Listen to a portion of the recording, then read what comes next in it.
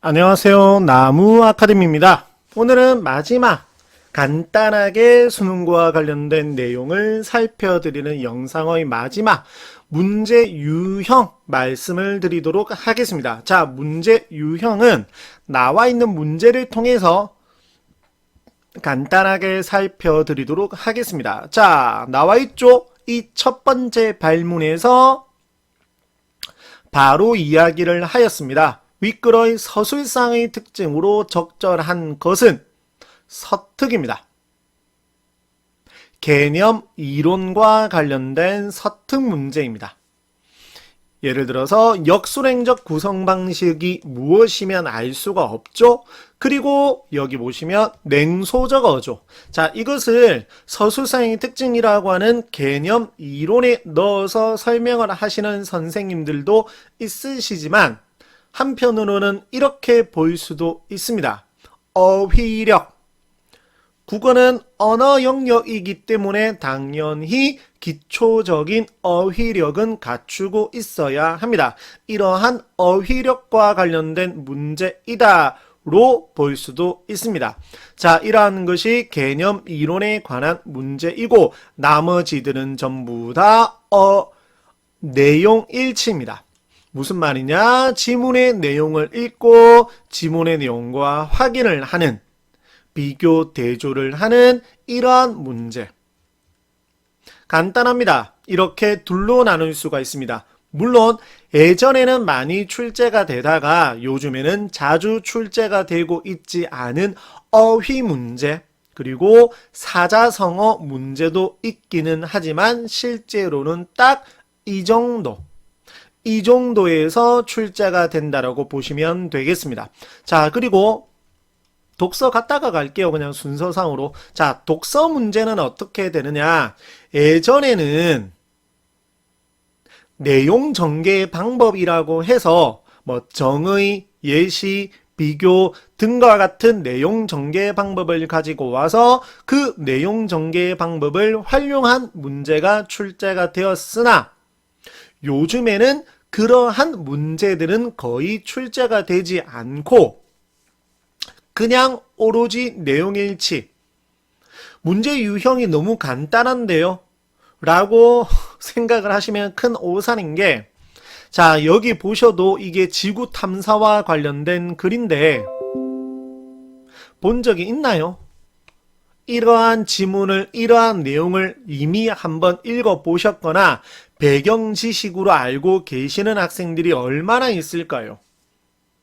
모르는 글을 5분 플러스 마이너스 5분 이내로 읽고 내용 일치 형태를 확인을 하는 데까지 총 10분 안에, 빨리 해도 10분이거든요. 물론 지문들마다, 지문 난이도들마다 차이가 조금씩 있는 것은 사실이지만 그래도 방금 제가 말씀드린 것처럼 10분 플러스 마이너스입니다. 물론 어떤 건 이제 15분 정도가 걸릴 수도 있기는 하겠죠. 이게 얼마나 어렵겠습니까? 그래서 정말 꾸준하게 여러 번 반복해서 계속 반복해서 읽으셔야 합니다. 그러지 않으면 해결을 할 수가 없습니다. 그래서 독서가 제일 어렵고 사실. 자, 그리고 난 다음에 똑같습니다. 이런 서사 관련은 똑같고 시에서 펼쳐놓고 말씀을 꺼내놓고 보여드리면서 말씀을 드리면 여기가 시죠. 여기는 없네요. 고전 시간에는 없네요. 여기 있겠죠? 봅시다. 여기 있죠. 표현상의 특징. 이것도 역시나 개념 이론과 관련된 표현상의 특징에 해당이 되는. 그래서 저번 시간에 말씀드렸듯이 개념 이론 학습을 꾸준하고 정확하게 반드시 확실하게 해두셔야 된다라고 말씀을 드렸던 이유가 바로 이것 때문입니다. 이것 때문입니다. 여기 있는 만약에 역설적 표현이 무엇인지를 모르고 있다면 문제를 해결할 방법이 전혀 없습니다. 읽어 내려가면서 할 방법이 없습니다. 여기 있는 풍자 마찬가지죠. 서리법 마찬가지죠.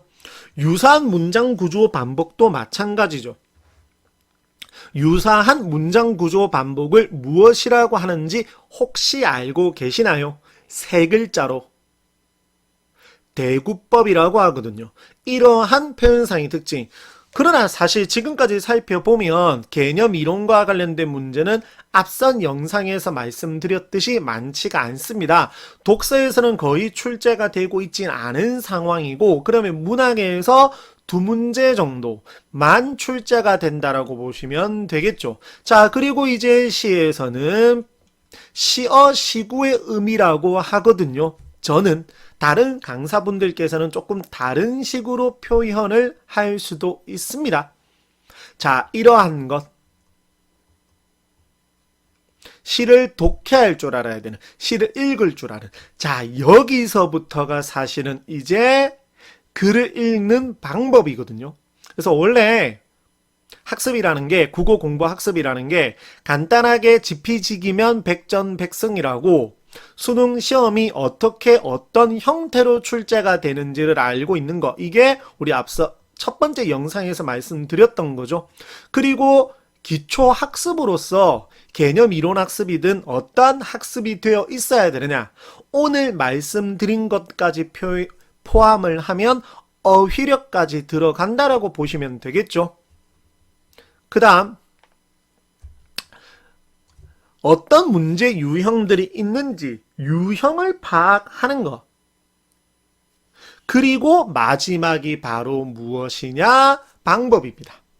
물론 이 방법에는 독해 방법, 독서 지문이든지 문학 지문이든지 지문을 읽어내는 지문 독해 방법, 그리고 문제 푸는 방법, 문제를 해결하는 방법. 국어에 그런 게 있나요? 스킬이라고 하죠. 스킬 있습니다. 요령이 아니라 스킬, 방법, 기술입니다.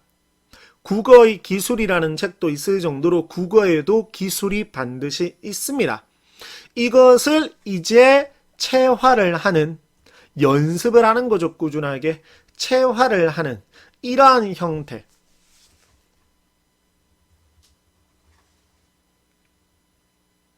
이러한 형태로 학습을 꾸준하게 해 나가셔야 수능에서 좋은 결과가 있을 수 있습니다. 자, 그래서 이러한 과정들에서 주로 앞부분에서 해당이 되는 내용들을 이번 3번의 영상을 통해서 말씀을 드렸습니다. 시청하는 학생들에게 조금이나마 도움이 되었으면 참 좋겠습니다.